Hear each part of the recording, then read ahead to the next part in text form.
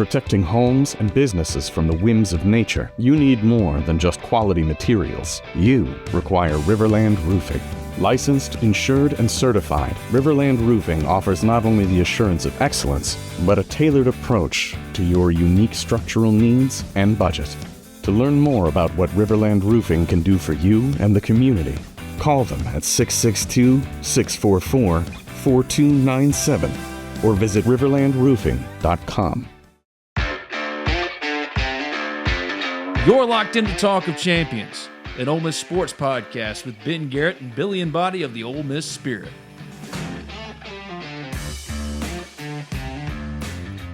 Hello again, friends, and welcome inside, at least for me, not for Michael Katz of the Daily Journal, the RiverLand Roofing Studios. That little house up top, riverlandroofing.com for all your roofing needs, 662-644-4297. It is Talk of Champions on this Monday morning, April 7th, 2025.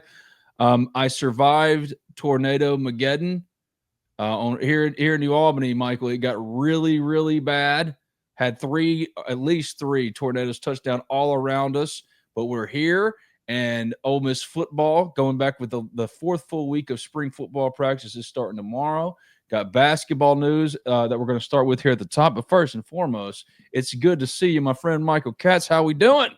I'm good, man. Glad to hear you're doing well. It's tornado season's very weird for me because I did not grow up with that. I grew up with earthquakes and all that kind of stuff in California, but it sounds bad. But the good thing about an earthquake is you never know when it's happening, so you can't worry about it. It's just oh, it's an earthquake. But tornadoes are the scary stuff. There's the sirens and there's the news and there's a lot of dread there. So glad to hear you're doing well. I did hear that it got pretty bad around you. So good to hear that everything's okay with you. I'm a notoriously stubborn tornado guy. Okay, and what I mean by that is I'm born and raised in Mississippi. So for me, that was just a Thursday that the sirens are on. We're under a tornado watch warning until about so and so. You go about with your life. But this one, it was pretty intense, man. Because like I said, me and the girls were all in our little storm shelter room, which is just my toilet room. It got really musty really quick, and my girls are perfect, but all I could think is if I'm gonna go out, I'm gonna go out on my feet. Eventually, I just got up and started doing Hodor from Game of Thrones, holding the door for him, be like, hold the door, right? Trying to make sure that because I didn't want to die sitting in my toilet room with my beautiful daughters and my dog. But anyway, we're here, and Ole Miss sports continues to roll on. They got baseball in Kentucky. Ole Miss has moved up to number 6. I don't know how they got that series in, by the way. It's pretty impressive, to be honest with you. The last day they moved first pitch, they moved 3 or 4 times. I mean, it was 10 a.m. to 12 p.m. to 2 p.m. Now Ole Miss baseball taking 2 of 3 against Kentucky. Mitch Sanford deserves all kinds of credit because if he doesn't make that throw, Ole Miss is walking out of Lexington with a series loss, and they're not ranked number 6 today, but they continue to roll on. So good things happening across the board, and Ole Miss baseball appears at least to be back on the right side of things after 2 years of absolutely abysmal baseball. Ole Miss is looking more like itself in a regional host, potentially at worst, a number 2 somewhere. They're headed back to the postseason currently, at least where things stand right now. Let's see if it stays that way. But some big basketball news, and spring football continues to roll on its 4th full week. But big basketball news, a double dip on Sunday, Michael Katz. Malik Dia, after Corey Chess, the transfer from LSU, announces his commitment to Ole Miss, the first portal addition for Ole Miss basketball, and what will be a busy transfer process for Ole Miss. Still got about 10 spots left to fill if you consider the high school players that Ole Miss signed, 2 4-star prospects in the fall. Eduardo Klofke's coming back. Robert Coward, too, so that could make it one less spot. But it all started with Malik Dia and your first transfer commitment. Both of those things happened within a couple of minutes of each other Sunday night. What was your initial reaction when you hear first that Corey Chess has been added? Because my initial impression with that was, well, that's one of the only things Ole Miss did not have last year. But also they don't have all those other players that they had last year because they all graduated and moved on. But a big addition, and also Malik Dia, that's kind of to me where it all started, right? Because if you can get Malik Dia back, things fall into place. And for him to do it so nonchalantly was money. It was perfect. And Ole Miss basketball, at least as far as a start for the offseason, maybe gotten off to a slower start than we anticipated, but what a start now that they finally gotten going, right?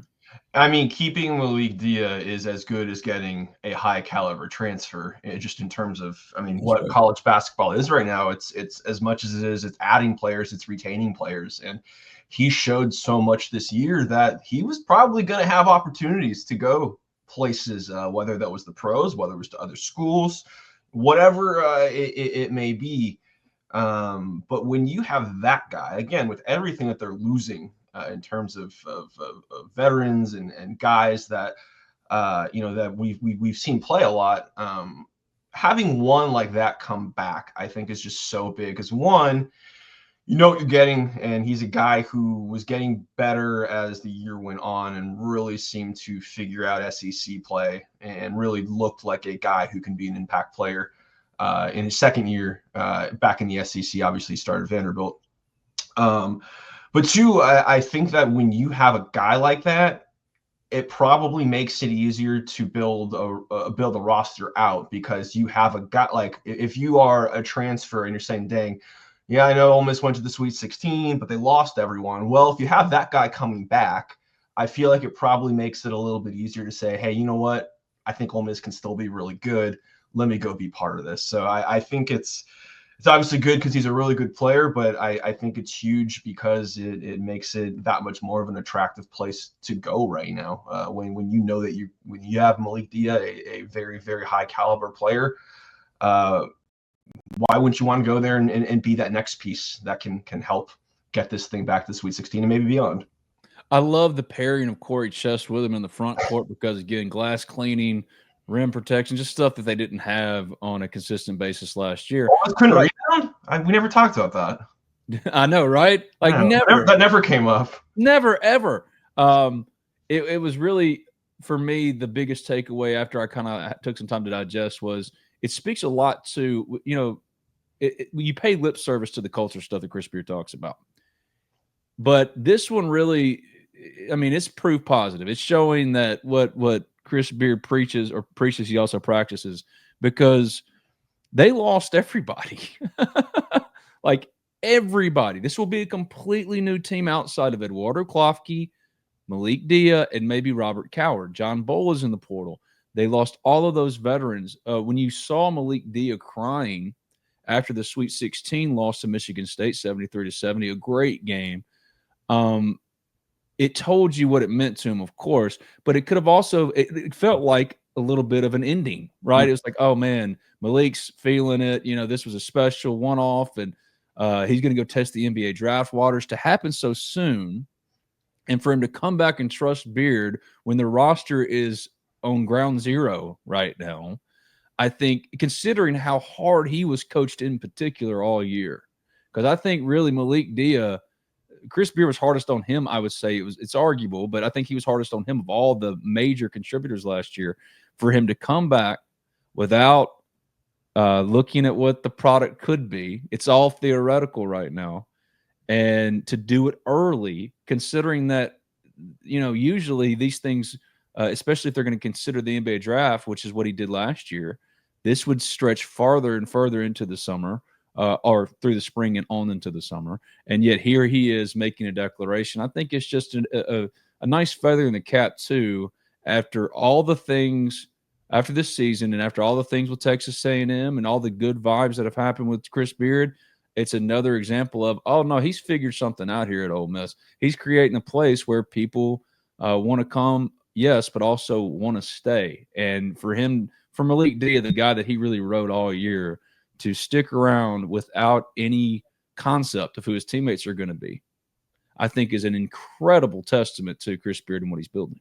Absolutely. And I think it's also a testament to who Malik Dia is, because like a lot of guys, when they get ridden hard like that, when they get coached up, they don't want that. They want the guy who's going to tell them the things that they want to hear, not the things that they need to hear. But Malik Dia, we've learned so much about him in the last couple of weeks, just talking to him and seeing his raw emotion. And I mean, he's an incredibly insightful, thoughtful young man. And just hearing him talk about what this program has meant and what it meant to have Chris Beard like believe in him, like coach him hard, not just to coach him hard, but because he knew he could get more from him. Like not every player is willing to go through that because it's hard, it's uncomfortable. But it's a credit to Malik Dia, and it's a credit to Beard for knowing how to push the right buttons with the right guys, because you are getting a player who was better than the moment he walked in on campus, and is got to keep getting better, and is probably going to be a better player next year. And it's been a really good pairing. And again, it, like you said, it sort of does go back to, you know, it's you get a place where people want to go, but you're also getting them to stay. And look, you did it with Matt Morrell last year when he could have left. Jamin, all those guys, you know, those guys could have left after after Kermit got fired, but they saw the vision. And I think, you know, when you win like Ole Miss has, especially did over the last few weeks, I think that vision, it becomes a lot easier to see, and it's a lot easier to believe. I think they always believed it, but now you have like proof of concept. Like, yeah, if you do these things, like look where this program can go. And so I think it's not only do they want to go there, they want to stay, because like look at what you can do. Like look at what, like you can go to the Sweet 16 at Ole Miss now. That was not a thing. Tell me about it, man. I mean, look, I've said it over and over again. I don't want to belabor the point, but let's just put it this way, man. I remember the old days and what Ole Miss basketball used to celebrate, because this all seems so pie in the sky. And they did it, and not only did they do it in an impressive way, they kicked the door down as they did it, and really played a great game against Michigan State. Just, it's a good basketball game. They lost. Sometimes you just lose, but it shows you how close they are to being in that place. Now, you have to rebuild the roster completely, but to start with Malik Dia, Corey Chest, Eduardo Klofke, Tyler Jordan, and Patton Pinkins, that's a good start. That's a good enough start, but obviously they're going for more. I think it's another important thing to note that for him to make this commitment, considering what the culture is now as far as around college basketball and the numbers being thrown around, Ole Miss obviously took care of him and is going to make sure that he's getting compensated at his fair market value.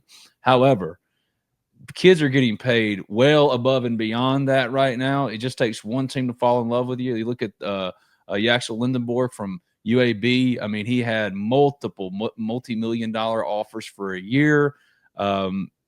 Chris Beard is figuring out a way to walk that line in this current realm of college basketball, which I think is a testament to, first of all, how good of a coach he is, but also how critical it was to bring Chris Beard on in this. Because, I mean, I can imagine Ole Miss basketball operating as it always had in this new environment. Talk about irrelevancy.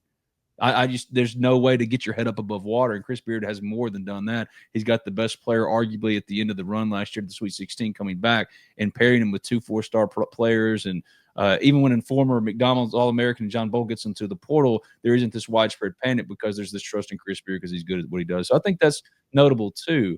I mean, you know this just as well as I do. I mean, this current climate in recruiting and the portal and transfers and the money being thrown around is absolutely insane. So to get this done and to do it in such a, yeah, of course I'm coming back way, I think speaks again to the solid footing that this program's currently on. I think it's getting harder and harder to recruit like to a program so much as it is to recruit to like money and professional aspirations and all these sorts of things. But Ole Miss has done a really good job of selling program through it all. And I think that seems to be kind of rare right now, especially like you said, with the money getting thrown around, guys going to places solely because of the money, not because of what can you do with this program? How can this program help you? And again, like you said, it's a testament to what Chris Beard's doing. Yeah, and it's going to be sell it that way. Yeah, and it's going to be a really cool team to see put together around Malik Dia. Again, the guy that was ridden so hard because of what he could be, even going to the next level. Now it's like, yep, you're the guy. You've gotten to this place. Now it's time to take it to another. It's an impressive hold. And like you said, just as important as landing Corey Chest from LSU. Corey Chest is the piece to go alongside with Malik Dia. Not to say he's not another potential next level piece. You got to figure out the free throw shooting because my man Corey just can't shoot free throws, but he can rebound and he can glass clean, do all the things that Ole Miss just didn't have last year. And pairing him with Malik Dia, what a start. Eduardo Klofke is going to be in the starting lineup next year, but they've got a number of other players that they're going to be going after or are going after in the portal, even though they've missed out on a bunch of others. I've written about this at the Ole Miss Spirit a lot, omspirit.com and affiliate of On 3. If you look for recruiting tidbits, just read our stories. I put tidbits. Anything that's behind the paywall, I promise you I'm putting recruiting tidbits in probably. And Ole Miss, like I wrote in the story regarding Malik Dia, now has 10 or so spots left to fill. I say so because Robert Coward signed a pair of 4-star top 100 2025 recruits in Tyler Jordan, Patton Pinkins. Patton is the son of Al Pinkins, Ole Miss assistant. But if you look at additional targets, Pop Isaacs, I think that one's trending toward it's just not going to happen. I think the medicals at this point, he came to on a visit a week ago. And usually what that means, and when you get the word that, oh, yeah, this is going to move quickly, we've seen how in this current culture this works. I mean, you would have assumed that Pop Isaacs would have been committed by the end of the week at the very latest to be getting into another week. I think speaks to that might not be happening anymore. And if it doesn't happen, so be it. You know, it's part of it. He played for Mark Adams, Ole Miss assistant at Texas Tech. I'm not saying it's done, but the fact that it isn't in the commitment ledger or column for Ole Miss yet, I think is a telltale sign. So additional targets we're watching, monitoring: Augusto Casilla from Butler, Jason Pierre from Jacksonville State, who I think is going Big Blue. I mean, that was the CUSA Player of the Year. I think he's going Big Blue Nation. We'll see. Corey Washington from Wichita State, Lamar Wilkerson from Sam Houston, Keza Giffa from High Point, Jabari McGee from UAB, Makai Mason from Washington, Darian Ford from Arkansas State, Abdi Bashir, who's not coming here, but he's from Mount. I can't remember where he's from. He's probably going to Kansas. Chase Forte from South Dakota, Adante Holloman from Georgia Southern, Lajay Jordan from St. Bonaventure, and Tayton Connerway from Troy. So there's some other names to be monitoring. It's going to be a busy, busy time for Chris Beard and company over the coming weeks. But what a huge, huge, huge first two dominoes to fall with Malik Dia and Corey Chess added there. So big basketball news, but I don't just bring on my man Michael Katz to talk basketball. I had to bring Michael Katz on because typically my co-host is Billy and Body. Billy is out today. He's got life business. I've got life business coming up this week, so I will be in and out as well. We'll have a new episode of Talk of Champions every single day here on the Talk of Champions podcast network, also on the Ole Miss Spirit, omspirit.com, and affiliate of On 3. Sign up today for $1. Michael Katz, he works for the Daily Journal, the Tupelo, Mississippi Daily Journal, covering your Ole Miss Rebels. And it's not just basketball, it's football too. I have been sitting with my friend every Tuesday. He's been shocked how much he's seen me probably. I'm sitting beside him every Tuesday after practice, our practice availability. And today I figured since he was coming on to sit in for my man Billy and Body, let's do some spring football eye catchers. Are you ready for this, Michael Katz? I think so. Good. You should be. It's very simple. It's just as it sounds. The players that have truly caught your eye this spring. And it can be Austin Simmons. That's fine, but that's not really what I'm getting at here. What I'm getting at is players that maybe weren't on your radar or that all that much, that have just jumped off the field, that have really caught your eye, really standing out to you after 3 full weeks, now the 4th full week of spring football practices. I'll lead it off just because I didn't tell Katz what we were doing today. I just said, hey, man, can you come on the pod with me? I love just, surprising Katz with stuff. Any guest, really, because it's more fun that way. But the very first one for me, number 1 Ole Miss spring football eye catcher, Patrick Kudus. Not because he looks all that imposing physically. If you see him outside of pads, he looks just like a guy. He looks just like a dude, Katz.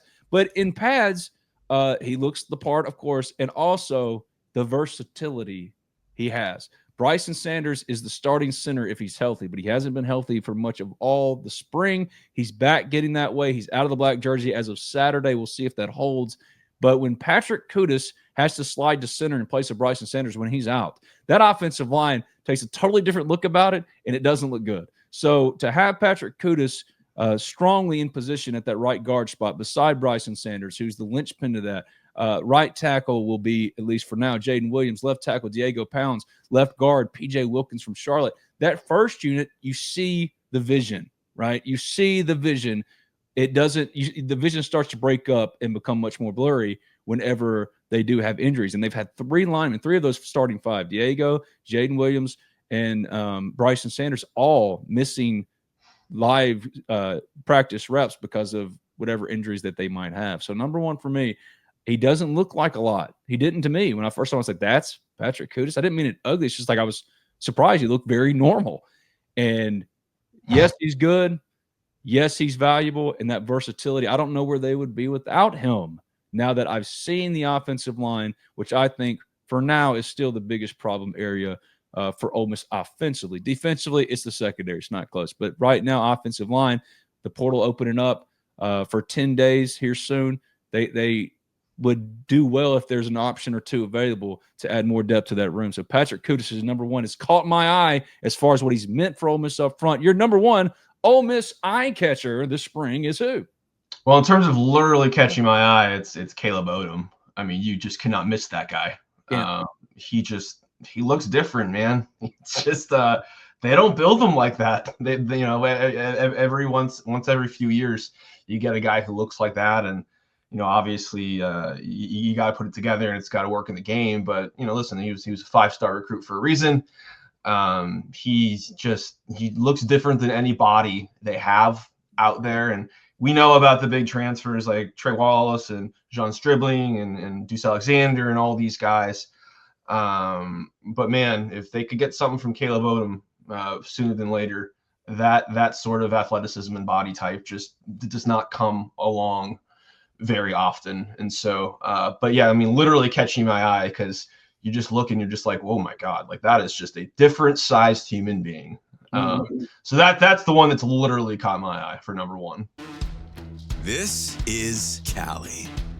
With C-Spire's blazing fast nationwide 5G network, she's got her fans in the palm of her hands. Live streaming her Mississippi Blues from her phone wherever she is. To out there wherever they are. Right now, get the latest 5G phone on us.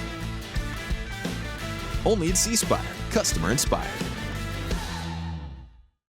It's impossible not to notice him because I would say he's a carbon copy physically of Trey Harris, but I would argue that from a starting point, he's in a better spot than Trey was.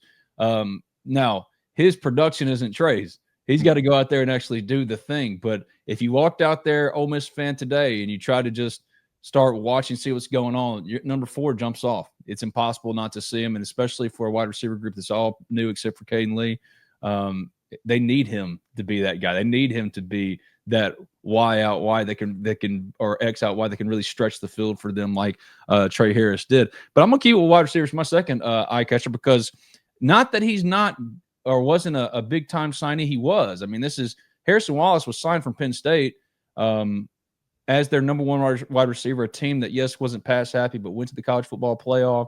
Huge addition. A little later, but hasn't been talked about quite as much as even Caleb Odom or Winston Watkins was almost an eye catcher for me. But I feel like I've talked about Winston Watkins every single time I come on here and talk about these things. So I wanted to go in a different direction. Harrison Wallace, that kid is here. He's not here to sit. When you watch him, he looks ready-made. He looks the part of what if he plays the Y, if he does a little slot action like Juice did in the Gator Bowl. This kid right here could be their number one wide receiver in terms of his ready-made ability. Crisp route running, he's got a great relationship too with Austin Simmons already. They've been working with each other, and I think that matters when you're breaking into first year guy. When he hits those walls that Austin will inevitably hit as a first year, who will he look for? I think Harrison Wallace will be a top end option for him, and he's looked like you wanted him to look, if that makes sense. Like he looks like an instant impact player for an offense. And when you go sign portal kids, you're not looking for them to just come in and get their feet underneath them. No, you're signing free agents. Free agents are signed to step in and take over a spot that is needed. And Harrison Wallace looks like the free agent signing that you would go make if you needed a top-end wide receiver because you lost everybody else. I mean, he's looked really, really good. And I think that the pairing of Harrison Wallace with a more pass-happy offense with Lane Kiffin is going to open up his production even more because this kid looks like, as far as passing the eye test, eye catching, he looks like he's going to hit the ground running. He already has. And so I wanted to keep in the wide receiver family. I've been really encouraged by those wide receivers, Katz. It's not just, they lost everybody. Caden Lee's back, and it's a huge part of the room, but what you wanted to see out of Caleb Odom, what you wanted to see out of Harrison Wallace, what you wanted to see out of Winston Watkins, knowing that freshmen don't make impacts here at wide receiver for Ole Miss unless you're the outlier like Caden Lee. You've actually seen that, and that's been encouraging because at the end of the day, Ole Miss has to be able to pass the ball efficiently and like nobody else because that's what makes Lane Kiffin's offense stick. So that's my second eye catcher, Harrison Wallace, kind of cheating off my man Michael Katz over there who picked Caleb Odom. Your second is who? I'm gonna go with Will Eccles. Oh, that's a good one. And I say that because it's obviously hard to gauge line play in the spring, just in terms of how hard they're going and who's there and who's not. But I think just like in terms of what they need from him. What they are going to need from him this year, just in terms of, you talk about the wide receiver room losing everybody, that defensive line room loses four draft picks. Some of them are going to be picked very, very high. You are losing so much from that room. And I think Eccles, we chatted with him for the first time. It was either last week or the week before. He seems to understand like what is asked of him, what they need from him. He also was honest. Like he said, last year was really hard because he's never sat on the bench in his life. That was like a learning experience for him.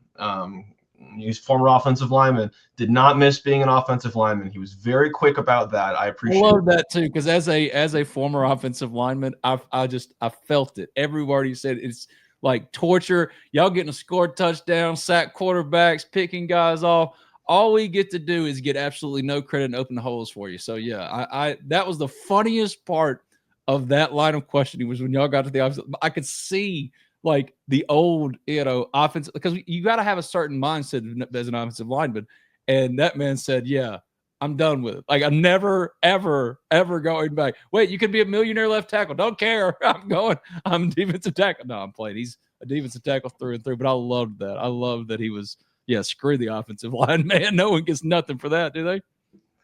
Yeah, no, that was great. But I just think, obviously he looks the part, and he's a guy that, again, I think we've talked about it before, but like this specific, like I think this defensive line, obviously you brought in Prince Will and Womack, but like I think this defensive. Hey, did you hear that that's Princely's brother?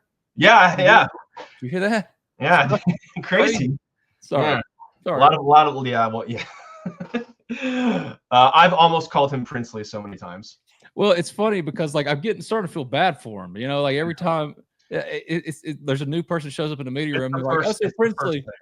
Yeah, it's they don't even look alike to me, really. Like they look nothing like. There's no other than like Lane said, they have the same last name and their first name is separated by a few letters. It's kind of hilarious. But yes, I think William Eccles is a great pick. He looks it. He's acting like it. He's got to be it. And Walter Nolan as his replacement, stepping in for Walter Nolan at that 3-tech spot. Walter Nolan, I wanted to bring this up because it excited me, Katz. He had a top 30 visit with your Dallas Cowboys on Friday. Oh boy. How about them Cowboys? This week's got the Carolina Panthers. Boo. He's got maybe the Cardinals. I can't remember all the other ones, but I'm not going to lie. The ears perked up. Hearing Walter Nolan got a top 30 visit to the Cowboys, and that is what one William Eccles is now replacing. A guy who I think is still the likeliest bet, wouldn't you say, to be a first-round pick? Yeah. I think it's him. Jackson's probably moved into number 2, though. Yeah, I guess I think like going into it, before a whole offseason started, it was Walter Nolan, no-brainer, Trey Amos, and then I thought Princely was going to be a little bit higher when that whole thing started, but I guess his offseason maybe hasn't been as good as they would have liked. I still think he's a great player, and he's going to make an impact wherever he goes. The guy can get after the quarterback, and that's like the most important thing that you can have in football. But yeah, I would say, but Jackson, his rise, like we're talking top 10 Jackson Dart now. Like it's several mock drafts have him in the top 20, top 25. It's, he's going to the draft. You don't go to the draft unless you're feeling pretty good about it. Cause no one wants to be the guy who's left over in the green room. I'm worried about Jalen Moreau. Yeah. I saw that. That was an interesting one.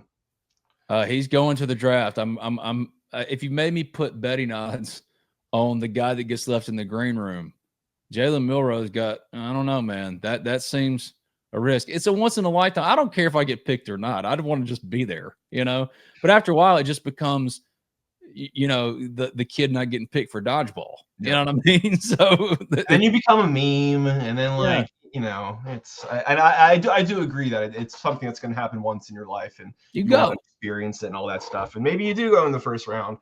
I'm just saying, if you get to about 15, get out, just go find the room that doesn't have cameras. Go to the bathroom. Yeah, that's the thing. That's the thing. It's the cameras, because man, every time there's a new team on the board, they just go straight to you, and it's you looking at your phone, praying somebody calls. It's like you feel bad for them.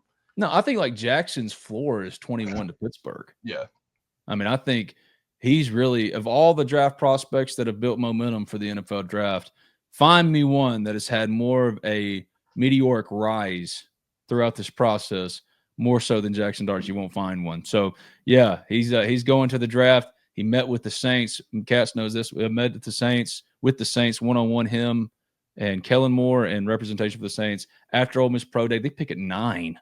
I mean, they're picking at 9. So not out of the realm of possibility that Jackson Dart is a top 10 pick. And then I think Trey Amos is the obvious number 3. I was interested when Princely said that his clock, he thinks, release his agent told him this starts at 23, which is Green Bay. That just seems so late for him. Yeah. I mean, this is a player that led Ole Miss and tied for the team lead in sacks last year. But more than that, I mean, I don't know what, when you mentioned his process, I don't understand what about his process has been necessarily negative in any way. Yeah. He ran a good 40. He's tested well. I don't understand what the knock on him is. I think it's because he didn't run like a 4.5. Like who's it? Like James Pierce or whatever, the Tennessee kid ran like a 4.47, right? It blows you out of the water. Shamar Stewart, the A&M kid, ran really fast. And I just think sometimes you know how it is. People get caught up in measurables, and it's like, look what the dude does on the field. He gets after the quarterback. He wins one-on-one. He's explosive to the quarterback. I don't care if he ran a 4.7. He knows how to get to the quarterback, and he's so quick with his hands. I don't know, man. Pass rushers they are not a lot of elite ones out there, and if you can get 10.5 sacks in the SEC, I think you're probably a pretty good one. At the end of the day, watch the tape. There are a few that impacted play to play quite as much, like Princely Umanmielen. And I'm not just talking because for Ole Miss. I mean, across college football, look at edge rushers and the impact on down to down. Princely Umanmielen was in a league unto himself. Now, the injury concerns, it would make sense. I would understand if people were like, well, what happened with, missing some games for Ole Miss, and he's had some injury history stuff. But even then, at worst, this man's DeMarcus Lawrence to me. So the idea that Princely Umanmielen off of a process, like he's getting knocked because of a 40. Yeah. What is he supposed to do? Like turn around, like when they throw a pick, you wanted Shamar Stewart so he could chase down so-and-so, for 50 yards. Like, what are we talking about here? Just put on the tape. Anyway, my final Ole Miss eye catcher for spring football, I'm going to go on the defensive side, mainly because I could stick with offense. Offense is really what's been catching my eye all spring. But I'm going to go on the defensive side. I'm going to go to linebacker. I love the hoof test. I used Yancey's old word, the hoof test, on the hoof. And on the hoof, I like Andrew Jones, who's the highest graded of all the transfers they added. He looks the part. Jaden Yates, a little skinnier, same with Taj Chambers from Missouri State that I thought they would be, but explosive, the athleticism, the pass rushing component that both of them could add as far as from the second level of the defense. Those linebackers look really good. Of all those guys, though, I wanted to highlight Andrew Jones because if you're trying to think of a Chris Paul replacement, what it's supposed to look like, that's what it's supposed to look like. Like he's built like a brick shit house. Forgive me, my God. I still say bad words. I swore I wouldn't cuss this week. Built like a brick crap house. Crap house, yes. Well graded last year at Grambling, but feels a need specifically for what his play style and build is, because he looks the most like what Chris Paul would look to me at that mic. TJ Daugherty is going to be running this defense. I fully understand that, but the others are more in that athletic freak mold where you got Tyler Banks, and who's had a good spring. Tyler Banks deserves some credit. Had a good spring. I still have questions about his lateral movement. But Andrew Jones, he's one that's really jumped off. I mean, just jacked to shreds and makes plays, mean as hell. Sorry, God. That's what you want. That's what you want from a linebacker. You know what I mean? He looks like a linebacker's linebacker. It's good. I like that. I like that. Thank you. Give me my last one. I'm going to go back to offense. Daquan Wright's body looks different, and I mean that in a good way. He just looks more like an SEC tight end right now, if that makes sense. He's really impressive looking, and we talked to him the other day. Again, like it's hard to like pinpoint it. He looks a little leaner. He just looks. And it's not saying that he didn't look great last year, but he looks like a guy now who is ready to be like a number one tight end. And again, I know they brought in Haas, and you talk about guys who look normal. That's a guy who also looked very normal. It was like he rolled off the couch and just said, "Yeah, I'm gonna go catch some passes for your Ole Miss Rebels today." Yeah. You know? Yeah, no. There's But no way he's 6'3". yeah, no, he came up and I was like, really? That's him? That's not 6'3".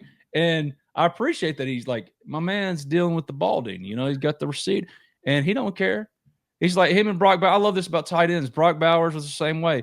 No, I'm just going to let it do what it does. You know what I mean? I'm just here for ball and I'm just here to catch balls and chew tobacco.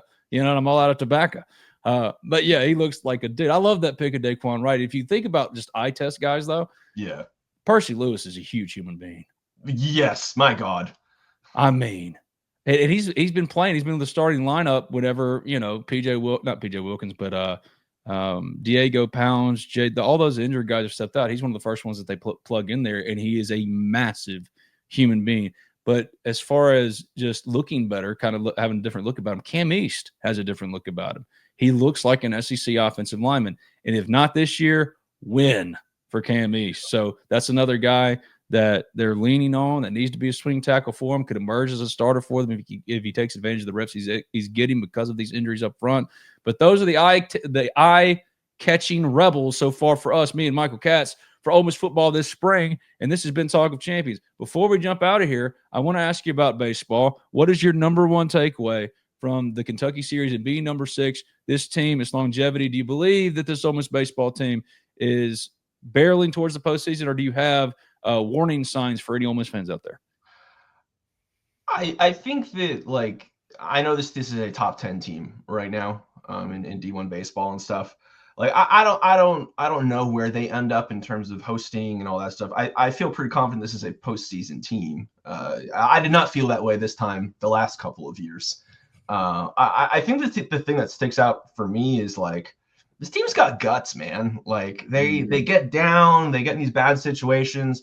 Like, the last couple of years, those things would have spiraled away from them. And that has not been the case this year. This team has battled back. Are they frustrating with runners in scoring position? Yes, every fan on Twitter will tell you that they need to get better at that. But they just kind of keep themselves in games. They have timely hitting. They'll make some really nice plays in the outfield. Again, you brought up that throw from Sanford. Isaac Humphrey threw a guy over the weekend as well. Ryan Moorman made some incredible catches out there in left as well. Didn't love Mike bunting Ryan Moorman. That was let me just set this up, okay? Me and Mike are good. I like Mike. He's a good enough dude. But really, you're batting Ryan Moorman 4th. It's a 1-1 game, and you're half of the 8th. Runners on first and second, nobody out. And you bunted Ryan Moorman. Sometimes it's like Mike just defaults back to old Mike Bianco stuff, and he can't help himself. But what in the fridge was that, Mike? Come on, right? Just let him swing. Let him swing. Let him swing through. There's not a better statistical opportunity other than letting him swing through to get a run in. I want 3 opportunities with a man in scoring position rather than 2. What are we doing? Sorry. No. When that happened, I literally said to myself, oh, no. And you're like, oh, God, Ginger Shrek's going to be there. And they're like, what was Mike doing? You know? But I just knew the tweets were going to be ugly. Oh, well, I mean. And that's what it comes down to. That's what it comes down to. Because at the end of the day, what are we if not our Twitter mentions, right? Oof. You know? Oof. But mine are ugly. I'm still always trying to rise above my Twitter mentions. See, for me, I just lean into it at this point. Like I can't tell when people are talking shit if they're talking to me or they're talking to other people. They've added into the thing. That's all a cesspool anyway. But what is not a cesspool is Talk of Champions, where here we are an Ole Miss sports safe haven. And Billy and Body was not with me today. Life got to him, but Michael Katz was. And Michael Katz stuff can be read at the Daily Journal, the Tupelo Daily Journal, your hometown paper. I got a Daily Journal right here hanging up on my wall. Now, you can't go really can you still buy Daily Journal? Of course you can. Yeah. But the probably where most of you are getting your Daily Journal is not to be hung on the wall. It's probably online. So thedailyjournal.com, djournal.com, Michael Katz on Twitter, all the social media platforms.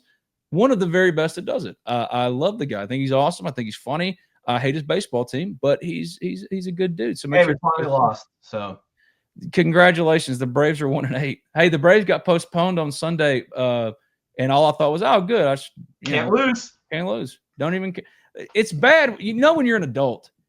I'm so glad they won in 2021, Cats. It freed me. Okay. At a 1-8 start in 2016, we were 0-9 in 2016.